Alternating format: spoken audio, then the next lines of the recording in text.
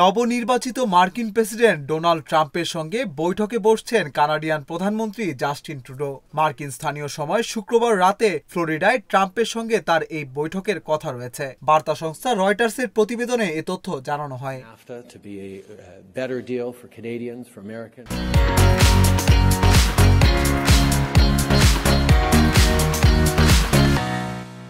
গত সোমবার ট্রাম্প জানান, ক্ষমতা নিয়েই মেক্সিকো কানাডার পণ্যের ওপর 25% কর আরোপ করতে চান তিনি।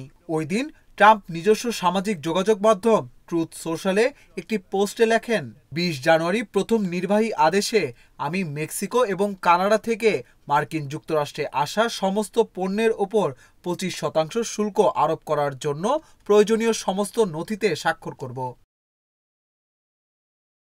বার্তা সংস্থা এএফপি জানায়, শুল্ক আরোপ ট্রাম্পের অর্থনৈতিক এজেন্ডার একটি গুরুত্বপূর্ণ অংশ। বিশ্লেষকরা বলছেন, শুল্ক আরোপ প্রবৃদ্ধিকে ক্ষতিগ্রস্ত করবে এবং মুদ্রাস্ফীতি বাড়িয়ে দেবে।